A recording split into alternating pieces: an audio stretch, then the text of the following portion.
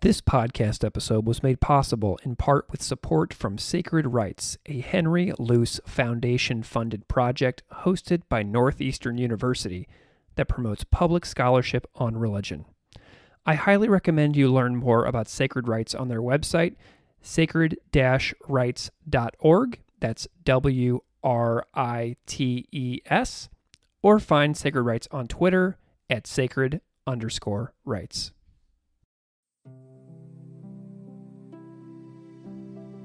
Welcome to Classical Ideas. This is Greg Soden. Online internet spaces are places where brave and thoughtful people can push religious communities to change, grow, and equalize. These spaces can offer areas where we can say, things have been like this for a long time, but why must they remain that way? The democratized blogosphere, podcasting, and the increasing access of public scholarship and commentary pushes discussions of religion faster than ever right now, which drive the conversation on how to adapt religious practices as the world changes. Scholars like Dr. Krista Riley are paying attention to these trends and documenting these stories. Dr. Krista Melanie Riley is a pedagogical advisor at a college in Montreal, Quebec. She holds a PhD in communication studies from Concordia University, where her research focused on discussions about gender, bodies, and sexuality on Muslim feminist blogs. When I spoke to her, she was wrapping up a 3-year participatory action research project looking at the experiences of Muslim college students in Quebec. Although I spoke only to Krista, her work on this last project is a collaboration effort that she led along with her colleague, Layla Bader, and a team of student researchers. Dr. Riley is the former editor-in-chief of Muslimah Media Watch. In this episode, we discuss the study and critique of mosque spaces, the stories of Muslim college students in Quebec, and the work of public scholarship through Sacred Rights. I hope you enjoy our conversation. Dr. Krista Riley, welcome to Classical Ideas. Hi, thanks so much for having me. I'm delighted to have you, and I'm wondering if we can just start off by having you introduce yourself to the audience a little bit so they know who you are and what you do. Great. My name is Krista Riley. I use she, her, hers pronouns. I work as a pedagogical advisor at a college in Montreal. Fabulous. So can you tell me a little bit about your academic background a little bit? I'm curious, kind of what your areas of main interest are, and a little bit about the stories that kind of came to define your interests throughout your academic journey. Sure. So I have ended up in a few different programs in a few different cities. I'm one of the members of Sacred Rights who actually does not have a background in religious studies, at least not formally. Although I noticed that. Yeah, so a lot of my research has touched on religion. I mean, almost all of it in grad school. But yeah, I kind of snuck in through unusual channels, maybe. I did my undergrad at UBC in Vancouver in women and gender studies. And then my master's was in sociology and equity studies in education at University of Toronto. And then I came to Concordia University in Montreal for my PhD in communication studies. So I've switched around cities and fields. But my PhD research, so actually maybe it also makes sense to tell you that I guess shortly after I finished my undergrad, I started blogging with a blog called Muslimah Media Watch, which looks at media representations of Muslim women around the world. So I joined MMW in 2008, and then in 2011, I took over as editor-in-chief. And that was this really amazing blog that was doing really great work. It's on hiatus now. It still exists, muslimahmediawatch.org, but it's not active at the moment. But it did some really great work in looking critically at the good and the bad of how Muslim women are talked about in media from around the world. We had, at the time I was editor-in-chief, I think we had people in maybe 12 different countries, really spread out, some really, really amazing people. And so it was partly through that work that I guess part of how I started writing with that blog was that I saw a call for writers and I thought, you know what, actually, this is something that I spend a lot of my time ranting about anyway. I might as well do something constructive with that. And then when I was in grad school, I kind of thought, well, this is stuff that I'm writing about anyway. I might as well turn some of it into academic writing. And so in my master's in particular, I wrote a lot of papers that looked at media representations of Muslim women. And often they were expansions of blog posts that I had written, or the paper got written first, and then I turned it into a blog post. And then as I was thinking about doing a PhD, again, it just made sense to continue with that theme. But I also knew that, for example, if I wanted to do a dissertation on all the things that are wrong with how the headscarf is represented or something, just that I was going to lose my mind, that I had no interest. It's a topic that's so frustrating. Or, if I was going to do something about representations of so-called honor killings or something like that, I just felt like I didn't have it in me to work on such a depressing topic. And so I wanted to really focus on instead on how Muslim women were representing themselves, and kind of a bit more sort of taking ownership of that representation. And as I was in the process of narrowing down that topic, something that was kind of interesting that had come up on Muslimah Media Watch was that our official position was that that we didn't kind of make judgments about who got to call themselves Muslim, for example, or that our purpose was not to look at a particular story and say like, oh, that person's doing Islam wrong, that person's the wrong kind of Muslim. That's not, we really tried to avoid, so our official position was to avoid doing that kind of thing. But that, in a sense, that's also taking a position, right? The idea that anybody who calls themselves Muslim can be Muslim, and that we actively choose not to make judgments on that. Like that's still a choice, that's still a decision. And it was really interesting to see sort of the moments where over time in particular, where we found ourselves more vocally and more actively taking decisions. So for example, in discussions of queer Muslims and saying queer Muslims are Muslim, we are not going to we're not going to be a platform for homophobia, for transphobia. We more or less explicitly positioned ourselves as a feminist blog as well. The blog itself was positioned as feminist. Different writers had different relationships with it, and that was fine. And so part of it was kind of, just being part of that process as a Muslim woman myself too, and kind of thinking about how are we defining ourselves, and how are we, even on this media blog, kind of encountering some of these really interesting questions about gender and sexuality in Islam. And so that was part of it. And then also, something that was such a big part of that blog was the community that was found, or that was created through that blog, both sort of internally among the writers and with some of the people who were reading. And, so it felt like there was just something important going on there. Yeah.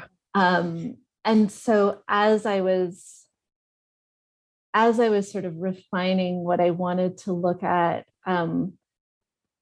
I had started off really wanting to look at kind of how Muslim women were representing themselves to outsiders and to non-Muslims. And eventually I ended up more looking at some of the internal conversations that were happening among Muslim women and how that was happening and what were the communities where that was happening. So I ended up for my dissertation looking at 4 different bloggers because I really wanted to go into depth in their stories and in the discussions that were happening there. So I focused on 4 different bloggers and looked at the ways that their blogs became spaces for discussions about gender and bodies in all sorts of ways and gendered spaces and sexualities and so on.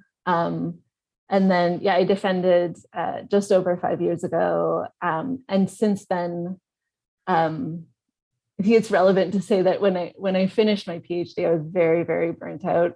It was a process that was really brutal for my mental health and by extension, physical health. And so I kind of knew when I finished that it wasn't, I just didn't have it in me to kind of hustle for a tenure track job. Right. And I had always been open to multiple possibilities for what would happen afterwards. Sure. So I ended up finding a job as my official title is pedagogical counselor. It's better in English. It makes more sense to say pedagogical advisor. At a college in Montreal. So I've been working, officially my job is to advise teachers on all sorts of things pedagogy related, especially focused on equity and accessibility. But I also had the opportunity a few years ago to apply for and then receive a research grant looking at the experiences of Muslim college students in Quebec. Awesome. So that's my latest research.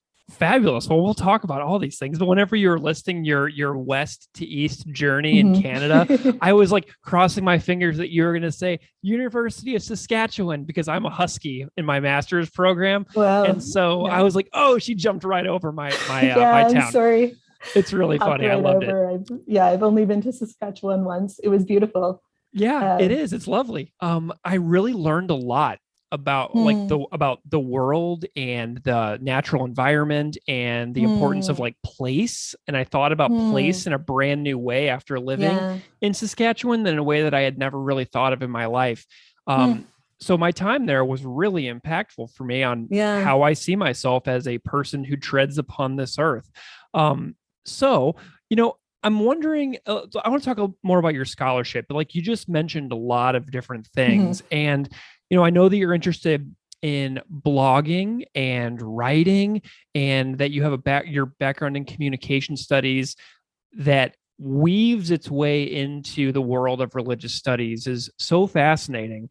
And I'm wondering if we can talk about the topics that you cover in your research on blogs.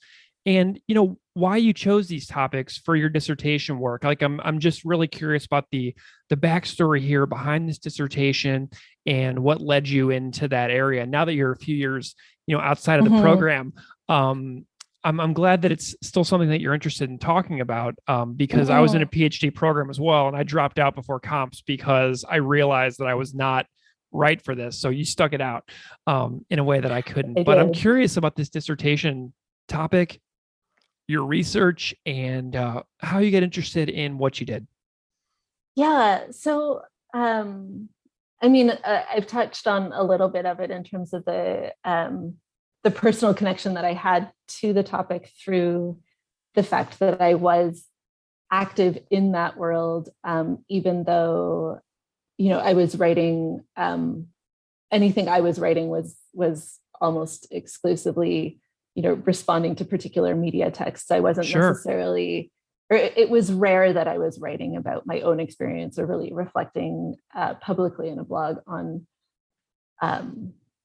my experience. But yeah, I think, I think some of it was just, some of the questions that I got into, or the idea to look at Muslim feminist blogs was just that, they were asking a lot of the same questions that I was asking in my life. Some of it was very sort of self-serving, that I just wanted a chance to be able to think about some of these questions. But I think there's also something really interesting that that happens through blogs and, more recently, other kinds of social media, in this mix of being able to reach a large audience fairly easily if you already have access to,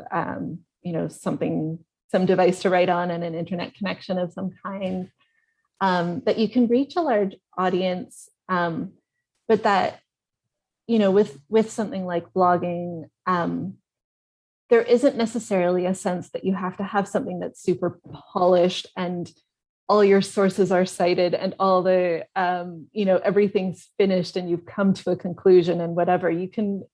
There's a kind of thinking out loud that can happen absolutely through that process that I think can be really fruitful and generative, and being able to, and to be clear, the bloggers that I was looking at, they often were citing sources at times, or, their thoughts were based in a lot of research and reading that they had done. But just this process of being able to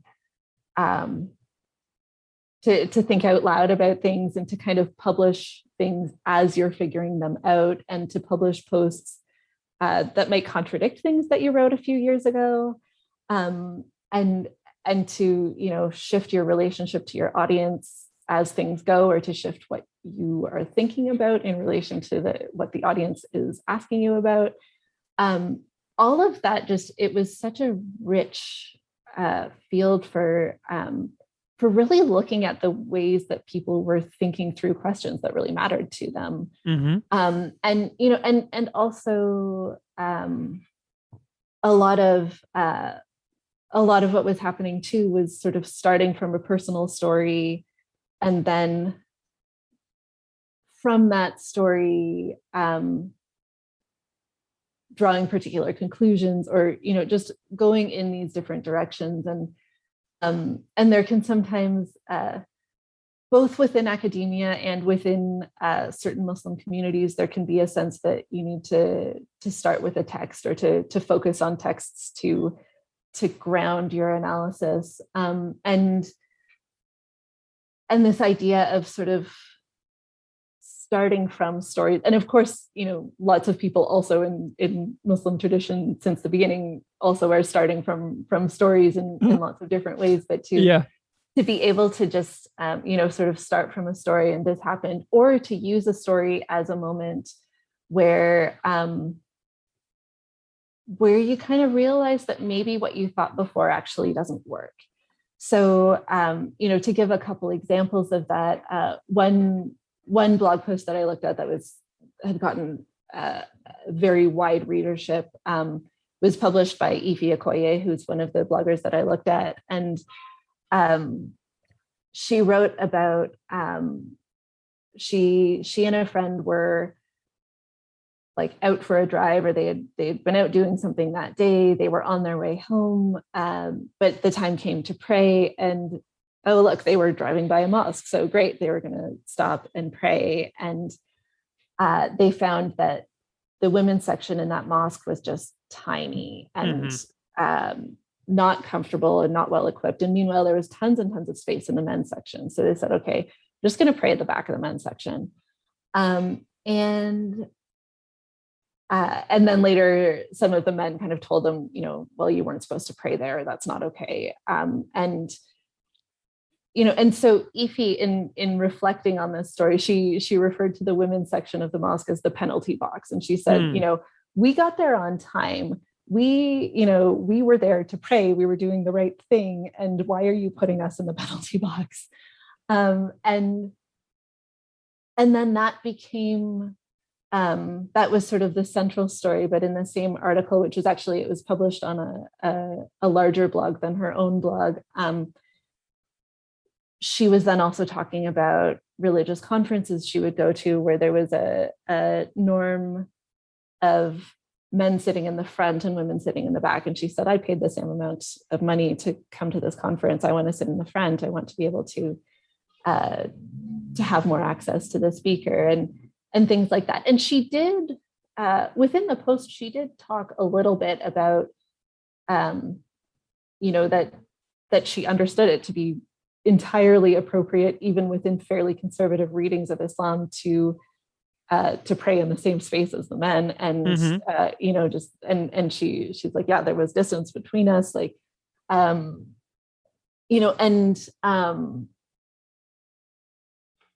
she sort of used this story, and she was weaving in other experiences and weaving in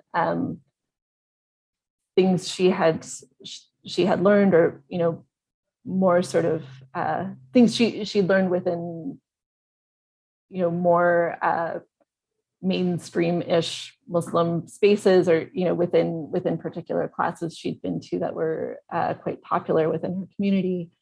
And it was this way that in telling that story,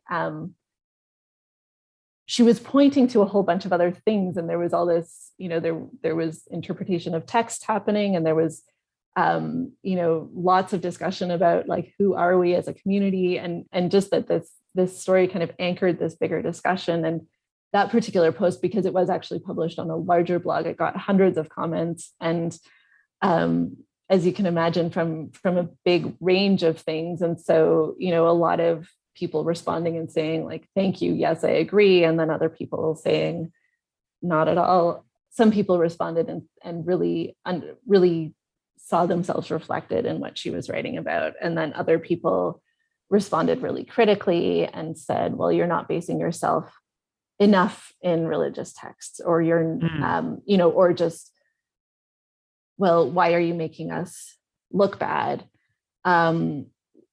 Which is not an unreasonable question to ask in a really Islamophobic world too, that it's really complicated to be writing some of these things. And so there was just this whole discussion that came about as a result of this one blog post that she told. One of my favorites. So the topic of gendered spaces in mosques is one that I think we'll come back to, because that was something that I recently published a book chapter about. But to quickly touch on the other topics that I looked at there, one was on menstruation, and so one of the other bloggers I had looked at, Nahida, she had published this post where, so to give you a really brief synopsis of the situation she was responding to, for Muslims to do the ritual prayer, there's an ablution process of washing that happens first. And anything that is considered, so you're washing your face and your hands and arms up to the elbow, sort of rubbing the top of your head and washing your feet.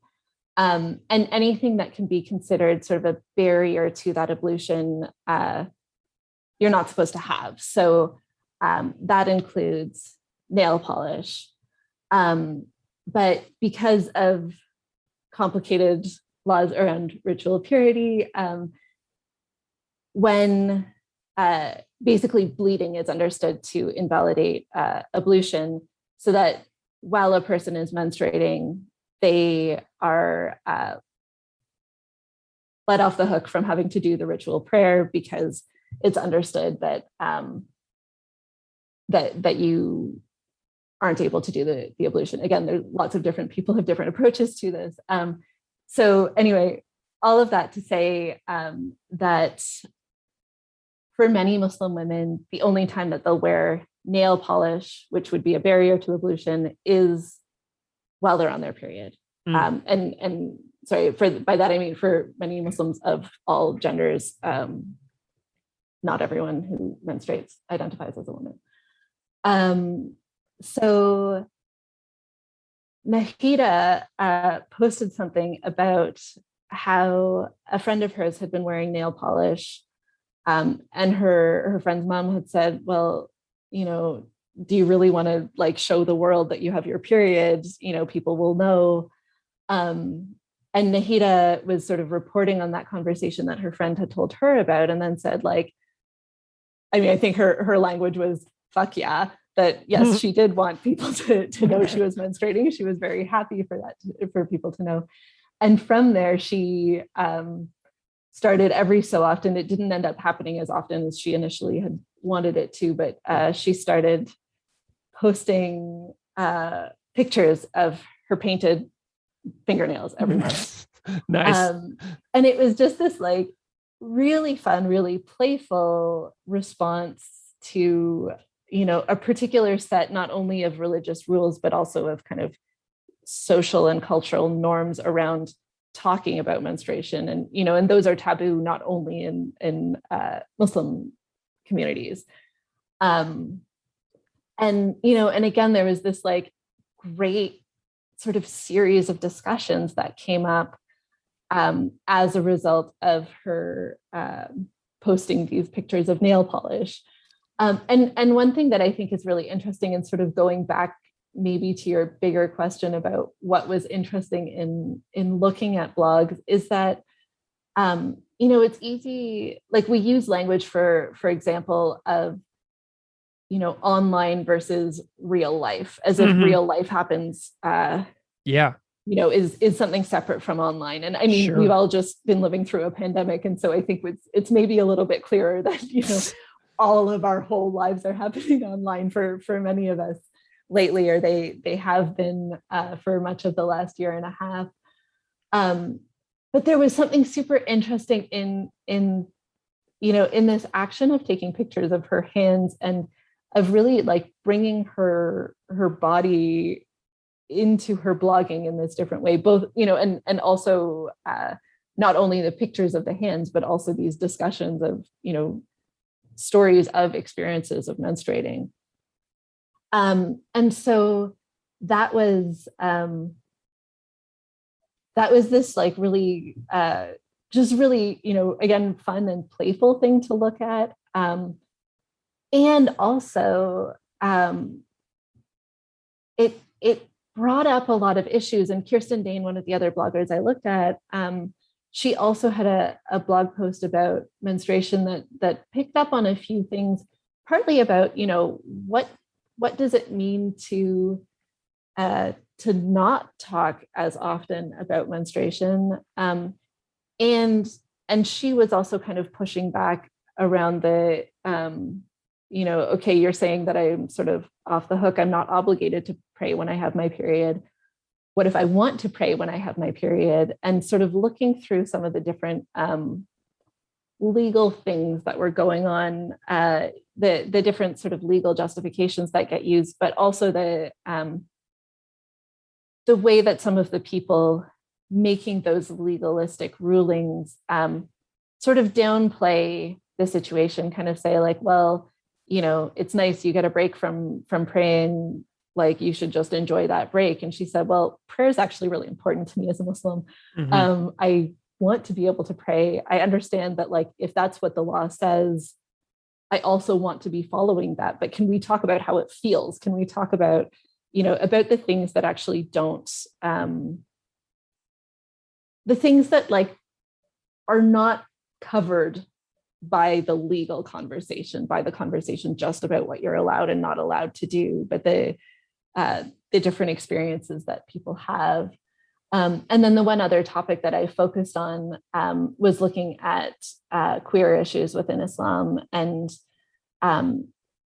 again, looking at that as something that, often the focus is on discussions of law and talking about, certain things not being allowed. And really what that gets into is the regulation of sexual acts, particular sexual acts. And the ways that all the bloggers in different ways kind of said, like, that doesn't, regulation of sexual acts, like, does not fully cover what it means to be queer, what it means to have particular attractions or identities or relationships.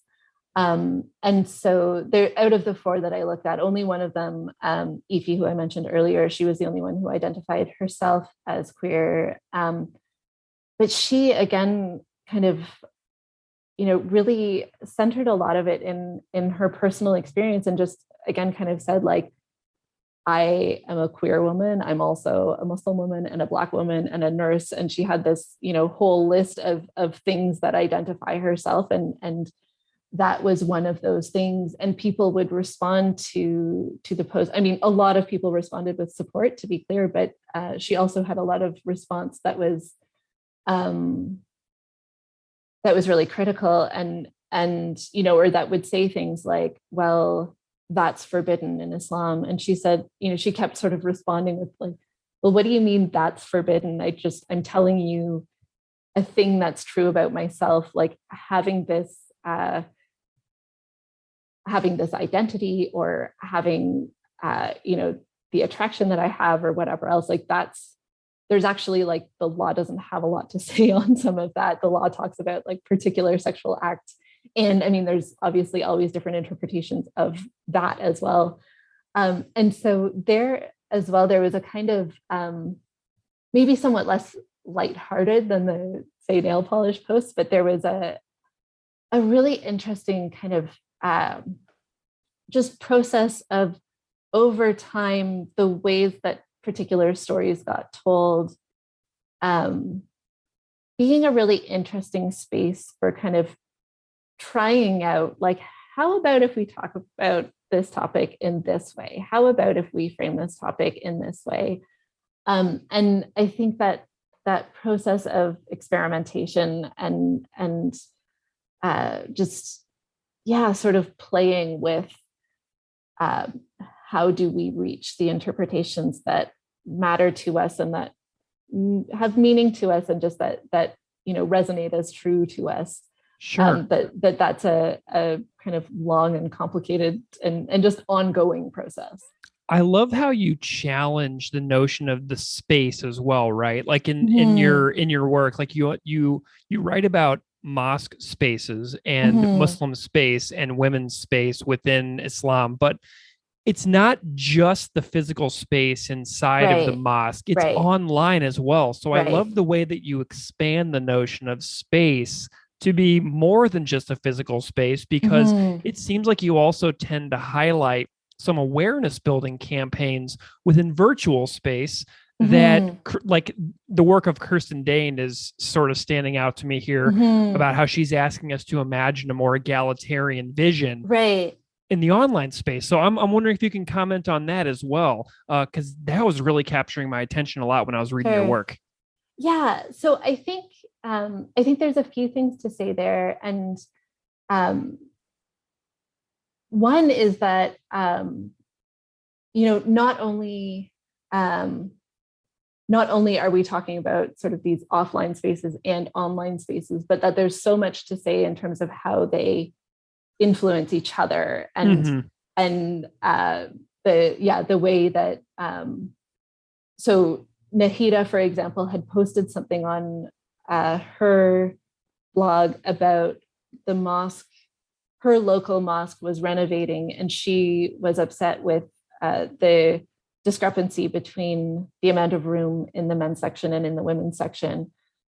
And so she had written about that. And then she also, I can't remember if she just gave the name of the mosque or if she actually gave contact information for it on her blog, but she basically asked people, if you're also upset by this, please join me in getting in touch with the people in charge. And so people, at least as far as they reported in the comment section, there were quite a few people, even though they weren't anywhere near Nahida, they were maybe never in their lives ever going to visit this mosque. That didn't really matter. They were people who had experienced similar things, who,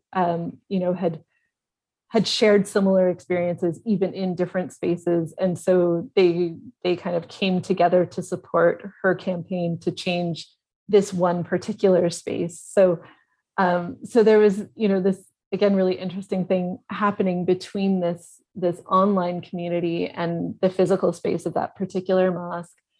But yeah, the post that Kirsten wrote, I found so powerful. So it was, she tells this story of going to this wonderful mosque with her family at the time. She had one daughter at the time, and so she tells this story of going to the mosque with her husband and her daughter, who is called Erin for the purposes of her blog. And it's this great mosque. There's different options for where to sit. So if you prefer a segregated space, you can be there, but you can also sort of sit more towards the middle if you want to sit more with your family. There's all sorts of workshops on really interesting topics. It's a queer affirming space. It's a space that has, I think, a community garden and a food pantry, and sort of all these different kind of amazing things within this mosque. And there's different, religious leadership classes for all genders and so on. And then she gets to the end of the blog post and she talks about Erin as a teenager getting up to do the call to prayer and how proud she feels of seeing her daughter do that. And for anyone who is familiar with Kirsten's blog, or who was at that time, they would know that Erin was actually only a toddler when that post was published. And so, after this buildup of this beautiful ideal space, we learn that it doesn't exist, that it's imaginary, that Kirsten is projecting herself into the future with this vision of this mosque that she wants to be able to bring Erin to when she is a teenager. And reading through the comments on that particular post was really interesting, because there was more than one commenter talked about really being moved to tears. Yeah. I think both by this beautiful vision that Kirsten had, and by the letdown at the end of realizing that it wasn't real. And it really struck a chord, and people, I think that was a post where there were several people from other countries were responding to it. It really kind of struck a chord worldwide. And something that I found so fascinating about that particular blog post was that the people who were commenting also started kind of adding to it as well. So one person was saying, what about accessibility? Is there ASL interpretation, or, is it physically accessible? And, Kirsten was like, well, it doesn't exist, but yes, I would want it to have those things.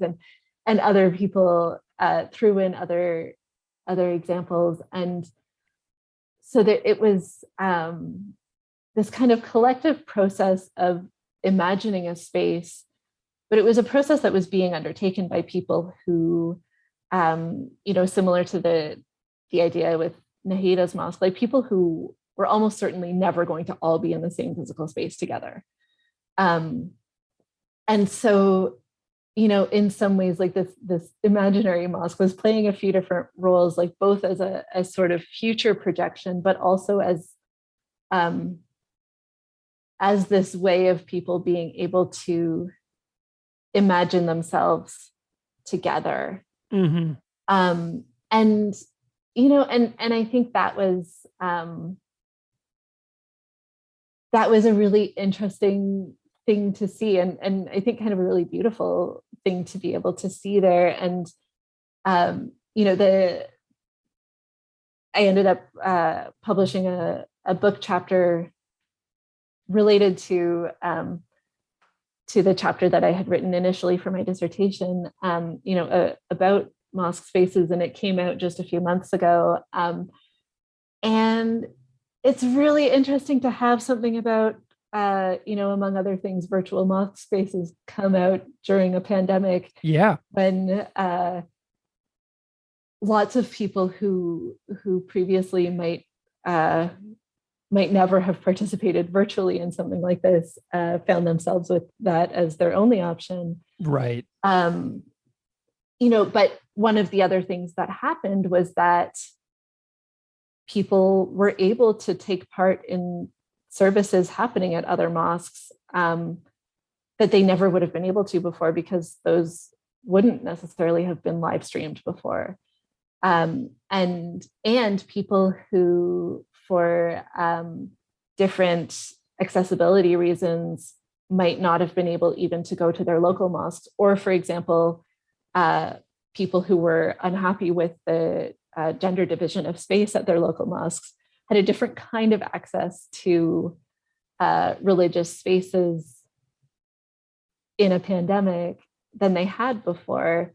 And I think like that's a really interesting thing for us to carry forward, that, we've, in some ways that chapter feels, just feels like it's from a different world now, because so much has changed. And certainly there's a lot that I would have written differently if I had written it, sure, in the last year and a half. I think it's still relevant, but I think there's some new stuff to be said now too about, again, about sort of creative uses of online space, and thinking about what does it mean to build space and community together. How to do that online, but also like what are the lessons to carry back with us into our physical spaces as well. Yeah. And, there's a few of you within the Sacred Rights cohort that are looking at the changes in online spaces in the last couple of years as well. So I'm thinking of Deepa's work, and I'm thinking of Caitlin's work, and I'm thinking of your work. So there's kind of like this undercurrent thread of what's going on in different spaces, virtually and in, quote unquote, the real world. And I just love that there's this like consistent little subplot among the work that several of you are doing within the cohort. It's really cool. Can we talk about Quebec for a little bit? Sure. I've never talked about Quebec on this podcast before. All right, let's do it. So this is a delight, because I always try to make a point of mentioning whenever I've never talked about something before on this show, because I've done 200 plus of these episodes. Yeah, so to talk about something for the first time is fabulous. So you write about Muslim college students in Quebec under a period of what is referred to as religious neutrality in the province. And I'm wondering if you can tell me about this term and what this means, like here and now. Sure. So Quebec, without going in too much detail in the history of Quebec, but Quebec has a really complicated relationship with religion that predates the presence of a large number of Muslims in the way that exists today. It's a very strong part of the Quebec cultural and national narrative, is the role that the Catholic Church had played here. So Quebec being the Canadian province that was primarily colonized by the French, and where the Catholic Church played a really a very big role, and a role that was experienced as oppressive by many people, and that's a really strong part of the way that religion gets talked about and thought about in Quebec. And there's a strong narrative of having kind of overcome the role that Catholicism and the Catholic Church played in Quebec, both sort of in general, and it plays a big role in the narrative of feminist movements in Quebec as well, that in particular, liberation of women came as part of this process of pushing back against the Catholic Church. And so that's some of the backdrop there. But of course, that ends up intersecting and overlapping in all sorts of ways with an increased presence of Muslims in the province. And among other things with that, meaning that, there are just a lot of really strong reactions to the visible presence of people who are identifying themselves as religious through wearing headscarves.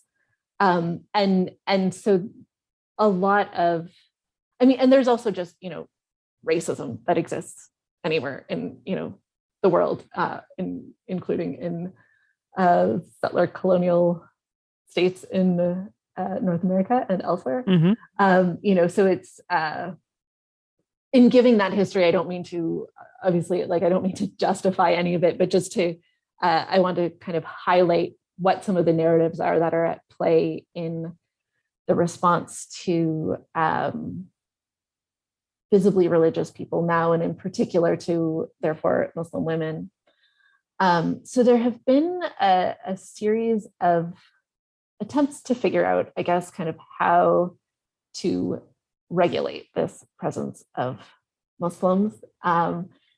And there was a commission back in 2007 and 2008 around religious accommodations that was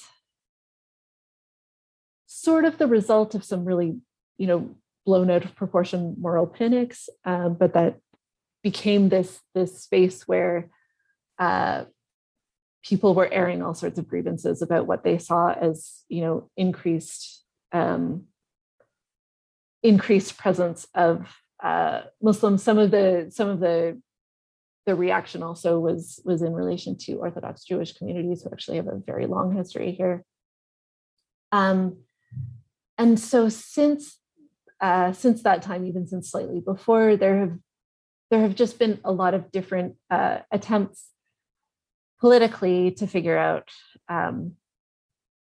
what to do, how to respond, and there's been a strong sense that there is a need to figure out how to regulate these things, that it's not enough to just sort of live and let live. So one of the the most all-encompassing law that was proposed in 2013. It was known as the Quebec Charter of Values, and really was framed largely around the religious neutrality of the state. The word that comes up a lot here is laïcité, which gets translated as secularism. It's not exactly synonymous with that, but relates to to kind of managing the presence of religion in a particular context, and often, really about sort of relegating religion to the private sphere, or to things that here in Quebec are sort of have been there for so long that people forget that they're religious. So the Quebec Charter of Values, if it had passed, which it didn't, it would have meant that anybody working in any public position would have been banned from wearing what were referred to as ostentatious religious symbols or visible religious symbols within their roles. And this being Quebec, like a lot of things are publicly funded positions. So it would have been, doctors, nurses, anyone working in healthcare, anyone working in education. I don't think universities were covered, but elementary and secondary schools, as well as the CEGEP system, which is the college level that I work in. Anyone working in those spaces, anyone working in government, obviously, and various other spheres would not have been allowed to wear that. However, for example, there's a cross that I think has now been taken down, but hung in the provincial parliament of Quebec, like an actual crucifix, and that was understood to be a cultural symbol, and so that was seen as fine, which struck many of us as rather hypocritical, because that symbol actually was originally put there to remind Parliament of the Catholic values of the province. Like that was actually there as an officially normative symbol to look at. whereas, a person's headscarf is just that, like, that's what they are choosing to wear. So anyway, so that law did not pass, but it certainly was pretty rough. It was a moment really where a lot of people found themselves taking very vocal stands on the issue, and a lot of, for example, Muslim friends of mine learned all sorts of things about their colleagues and neighbors and where they stood on things that they had not known before. Yeah, that's happened to a lot of us the last couple of years. Yeah, I mean, and there's different moments, right, where that happens.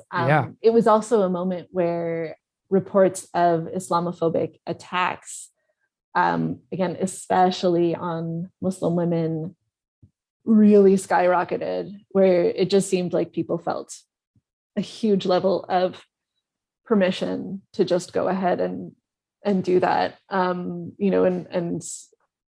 attack people, whether verbally or physically. Sure.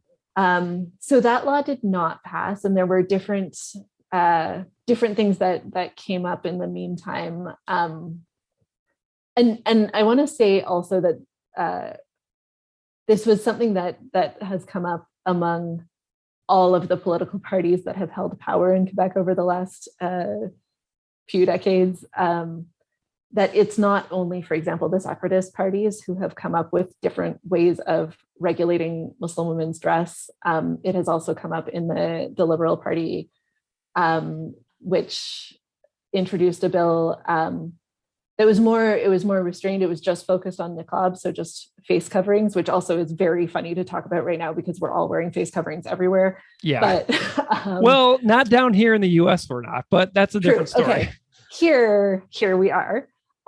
Still, including, so one of the things actually that had come up at a national level was about there was a big panic around whether it was okay to vote with your face covered, for identification purposes. Never mind the fact that our election laws do not require photo ID in order to vote, so you can vote without a photo ID. But you can't do that if your face is covered. It's very weird. Anyway, we have an election happening on Monday, but lots of us are, I voted in advance a few days ago. Obviously my face was covered as I was voting because, I mean, here at least, that's still a thing. So it's very, funny, but also kind of devastating to see some of this happening, because all of these things that, all of these reasons that got raised for, it was often in the language of like security, of like, oh, well, if we can't identify someone, then it's not safe. Or if we can't see someone's face, then what if, everything, like all these sort of, I don't know, bank robberies or something that people were worried about, or fraud things, I don't even know, that people were supposedly worried about. You'll be shocked to hear that like none of those have happened, even though we've all been wearing face masks for the last forever, it feels like. Anyway, so that has happened in the meantime. And then in, I guess it was 2018 when the current Quebec government was elected, they actually had not campaigned a whole lot around Muslim women's dress. Like I remember actually being surprised that like, oh, you're not throwing Muslims under the bus this election. That's unusual. But they did, the day after they were elected, they announced that one of their priorities was to pass a law regulating religious dress. Again, it always gets framed as sort of visible religious symbols, but it's very clear in the language that they're primarily talking about Muslims, and certainly it is Muslim women who are the majority of people who are wearing these visible symbols. So that eventually passed into law in June of 2019, so that people who work, it's not as widespread as the Quebec Charter of Values, but people who work in positions that are seen as having a particular kind of authority, and in public positions, with publicly funded positions with a particular kind of authority, are not allowed to wear visible religious symbols. So in this iteration, in the version of the law that's passed, that includes teachers in elementary and secondary schools, as well as police officers and government prosecutors. There's a few other categories. So it's not quite as widespread, but especially at the level of teachers, it still affects a whole lot of people. Yeah. Yeah. In this context, in this provincial climate that you've been describing that have been taking place over the last several years, you've got a project that you've been working on where you research with and among the students in your province, and you've been doing participatory action research, which I also have never talked about on this show, and I'm curious to hear about. But I'm wondering what your project and your main focus is, considering this climate in the province that you're describing, and what you are doing with the students with whom you work. Great. So so basically sort of the aim of the project is to learn about what are the experiences of Muslim college students in Quebec. And when I say college in this context, it's referring to a system that's known here as the CEGEP system. It's kind of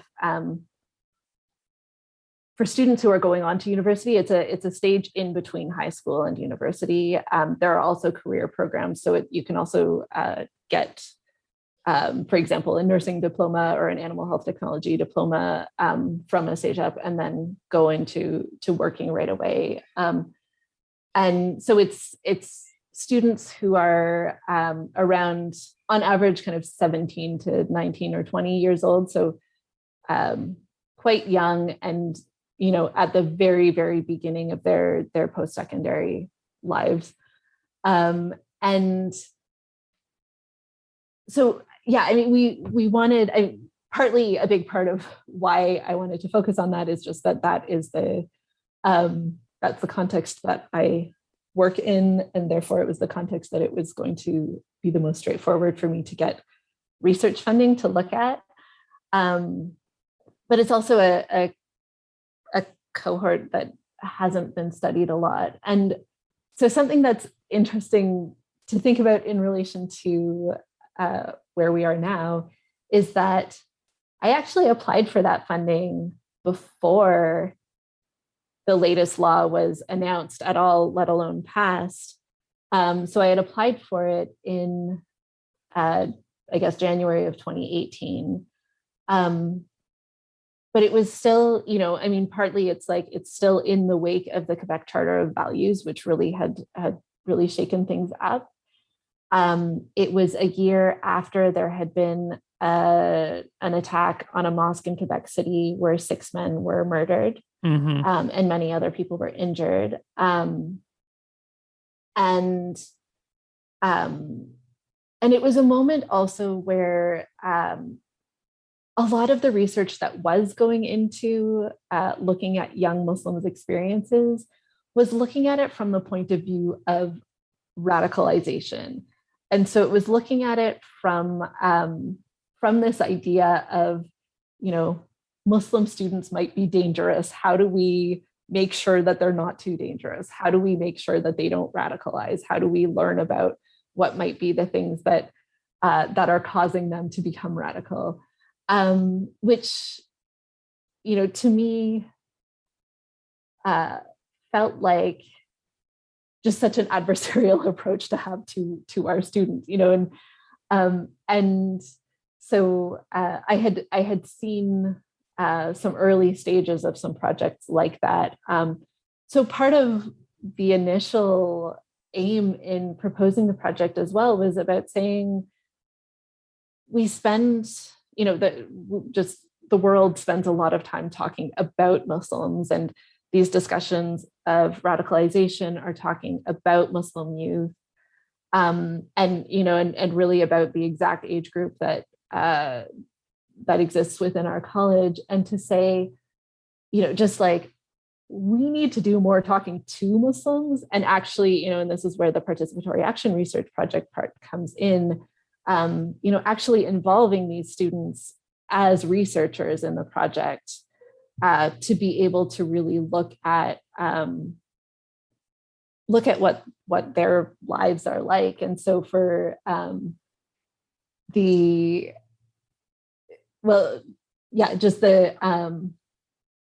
so we started the project in the fall of 2018, and then it was only a few months later that the current government was elected, and then they made that announcement about this law they were proposing, and suddenly there was just this sense of like, oh my goodness, we're going to have even more to deal with than we already thought. We already assumed we would have a sort of full plate of stuff to look at, and there's always more, it turns out. I love it. Well, what are you finding in this work that you're doing with these students? I'm curious what some of the major findings about what it's like to be Muslim in college age these days in Quebec, because this is, a population that I know virtually nothing about, and you have firsthand experience. And I'm wondering if you have any stories about what you're finding. Sure. So there's, a few different things that have come up. So we ended up, some of our research got cut short by COVID.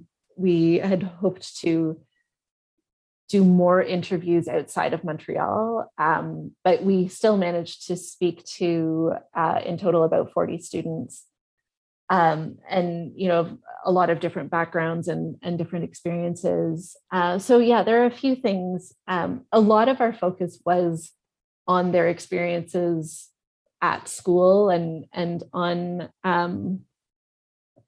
what they've experienced within their college. And so the college where I work is quite diverse, and there's a very high Muslim population. And so a lot of people talked about really appreciating the diversity where we are. A lot of them had quite a few positive things to say, and a lot of them had overall very positive impressions of our college. But even that has been really interesting to sort of look at and dig into a little bit more. And that was, I think the students we spoke to in other colleges also often talked sort of overall about positive experiences.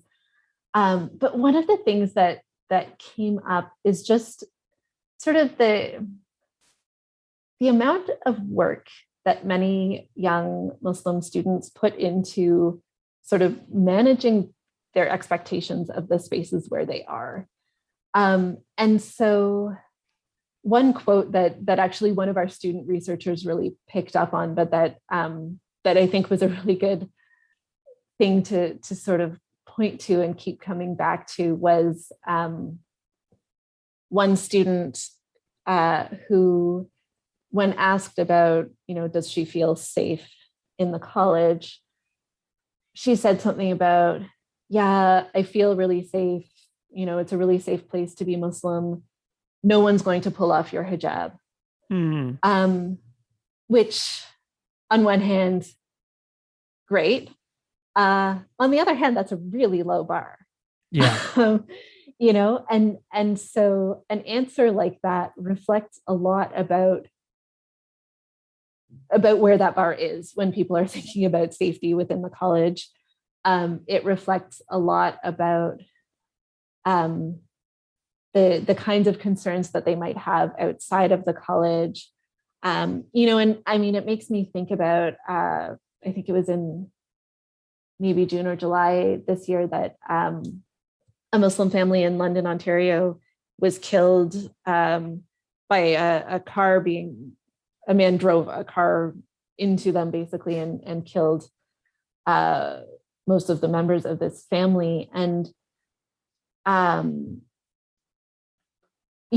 just thinking like, yeah, this low bar, there's still all sorts of Muslims who are experiencing a lot of violence, who are experiencing situations that, that don't even pass that bar. But I think that was something, or someone else talked about feeling really glad when the college had she had been in college already when the attack on the mosque in Quebec City had happened.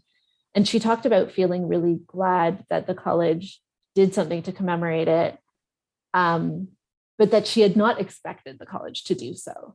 Mm-hmm. That and she was really clear that she very deliberately kept her expectations really low so that she could be pleasantly surprised, but that that she didn't expect that the college was going to do anything. And so I think there's some really interesting things, even in a space where students had actually a lot of good things to say, it has been really interesting to sort of unpack what's missing there, or what else can be told from that. And it's just a really complicated story. Another student talked about being in class the day that the attack in New Zealand had happened 2 years ago.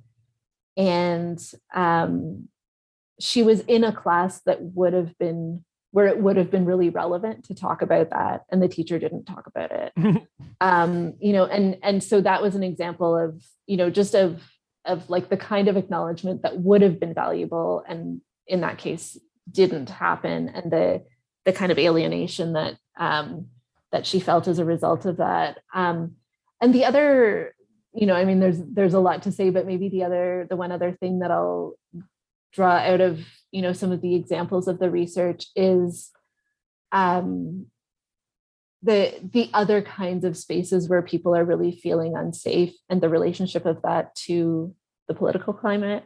Mm-hmm. So, for example, we did not ask at all about student experiences on public transit, like that. That wasn't something that had occurred to us to include in the questions. But a very high number of students, maybe around half the students we spoke to, mentioned public transit at some point, usually as a space where they felt particularly unsafe. Yeah. And I found it just really telling that came up so often when it wasn't something we had asked about. But it would come up. We asked people to talk about just their level of safety in Montreal in general, and then in Quebec outside of Montreal. And so many people talked about being on the metro as the space where they felt like they had to be really vigilant. And a lot of people talked about that in particular as something that they felt they had to be more vigilant as soon as the current government in Quebec had been elected, or as soon as that law had been announced, that there was this sense that, like, I used to be able to fall asleep on the bus and now I don't, or just a sense of being worried about, what if someone pushes me onto the metro tracks, or things like that, like really, serious worries that people have. And, and in some cases, these fears of physical violence happen because they know someone who has had that experience, or, they know someone who knows someone, there's not that many degrees of separation. And so just hearing about the impact of the political climate on the way that people, especially young women who wore hijab, the way that they felt about, just moving through their city, was really powerful to hear. It was really hard to hear, but I think that says a lot about the impact of these kinds of laws. Before they're even passed into laws, a lot of the interviews happened. Almost all of the interviews actually happened before it was passed into law, and many of them happened even before it was formally proposed, but it had been announced. And already students were reporting just feeling so different. And I think, sometimes the the particular effects of the law get seen as, just being limited to the people who work in the professions that are targeted by it. And this research made it really clear that, these students are too young to be working in any of those jobs. And many of them weren't necessarily planning on going into those jobs. Some of them were. We did speak to some young women who wore hijab who had plans to go into education and were having to rethink that. But the impact of the law was not at all limited only to them. Gotcha. Krista, I'm wondering, so you're looking at the lives of students that you work with in the here and now, people whose lives that you can see and impact and be a part of, and, make an actual difference in like the world in your immediate surroundings, which is so fantastic because you're playing a part in making your actual community better, which is really, really cool. We tend to think about things and like people who care about the world tend to worry about the world in like a massively global context, but there's so many little things that we can change right in front of our faces, right in front of our eyes in our own neighborhoods. And I feel like that's almost like one of the guiding forces of your work is making your immediate surroundings better, which I love. And so I'm wondering about, your experience with the Sacred Rights cohort in the last year and how they are, sort of helping you with honing your voice and honing your public scholarship goals and things like that. I'm wondering what this experience has been like with these other 20 plus fantastic scholars and the project leaders the last year. Yeah, it's been really wonderful to connect with everyone. And I think it has just been so helpful to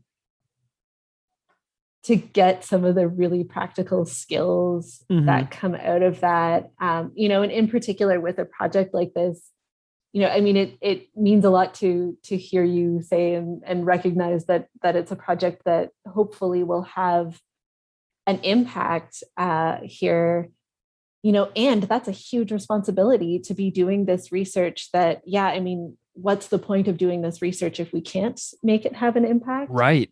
And so I think for me, this training came at such an ideal time to be able to just learn these really concrete skills about how do I get this information in front of the people who need to know it. And, whether that's, some of it is about like reaching other colleges, reaching the institutions and saying, this is what your students are dealing with.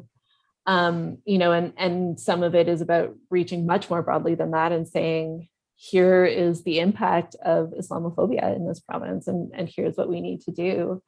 I think one other piece of the value of sacred rights for me as someone who works, I work in a college, but I'm not in a traditional academic role. I'm not working as a teacher or professor, and I'm not working as a job that inherently includes research, although I was able to apply for this grant and do this project. But within my role, there's often a lot fewer opportunities and a whole lot less funding to connect with other academics who are doing related work. And then there's sort of a snowball effect of, I can't go to that conference because I don't have the funds to get there. So I don't meet those people who might have invited me somewhere else, or, and there's just this, it's easy to get more and more cut off, or to have to really like push hard and at expense in terms of time and money to stay within this world. And I have really appreciated that Megan and Liz of Sacred Rights have really made a point of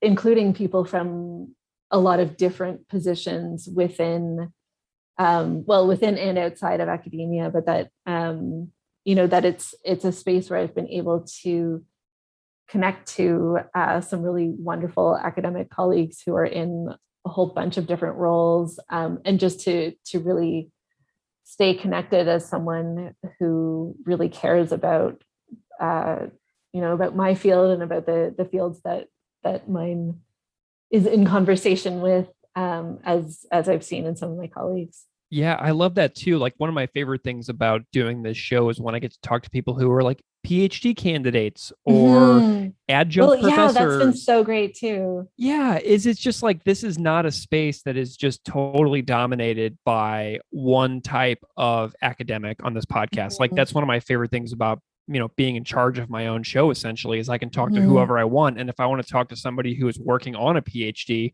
about a tiny article that they like, a really short article that they wrote or a blog post, for goodness sakes, like I can talk about anything on the show, which I love. That's one of my favorite things about it is that there's no limits to who I can talk to. I'm curious about some of your goals in the next year, maybe, or year or two. Like, what are you working on, and how are you seeking to engage the greater public? What are some of your thoughts on that? Yeah, so I think the answer to that is kind of a work in progress at the moment. Sure. For now, the biggest goal right now with my current research is to wrap up the final report that we have to submit to the funding agency by the end of October. So that's our most immediate goal. And that report will be made available publicly, but it's not necessarily going to be a super publicly accessible document. Just, it's going to be very long and quite academic. So I think as we're pulling that together, that there will be a lot of also working to figure out, how do we get this information into more hands? But much of that is still kind of to be determined. I think one thing that is maybe the most concrete in terms of somewhat public-facing work is some resources that we're creating for teachers, and actually for especially for college teachers, and then also for Muslim college students. So there's a website that our student researchers have been working on, somewhat based on the research, and also just pulling together some resources for them. And then we've also been working on some resources for teachers. So those will be made available in the next few months. And then aside from that, and kind of aside from that project, like I still, there is a lot from my dissertation work that I don't feel like I'm finished with yet. And, I had really high hopes of, I think it was in the fall of 2019, I'd even spoken to a publisher, and I had really high hopes for spending a lot of 2020 working on a book. And 2020 went in a different direction. So that didn't happen. But I do hope to do something with that research. And in some ways, the fact that I'm not in a position where my job rests at all on whether I publish anything academic. Right. That opens up some doors. Me too. So, mine doesn't either. Yeah. So kind of thinking about are there things for me to do with that work that might not rely on academic publishing? And I don't know what those things are, but I'll keep you posted. Nice. I'm wondering if you can direct people's attention to anywhere, like any links or any, social media that you're engaged with, where you actually converse with people. Where can people find you if they want to know more about your work? Yeah, so probably the best place to find me is on Twitter. I'm at Krista_Riley. And I keep meaning to tweet more often than I actually do, but it certainly is a place that I do share my work when that comes up. So I will continue to do that as things get published. And certainly if people wanted to contact me on Twitter, I'm very happy to respond there. Awesome. If they're nice. I'm not going to respond to trolls, but. Sure. Well, Dr. Krista Riley, this has been delightful. I have learned so much. I loved learning about Quebec in particular. That is just fabulous. And I'm just really grateful to you for your time and the conversation tonight. It's been a real pleasure. Great. Thanks. It was my pleasure as well. Thanks so much for having me.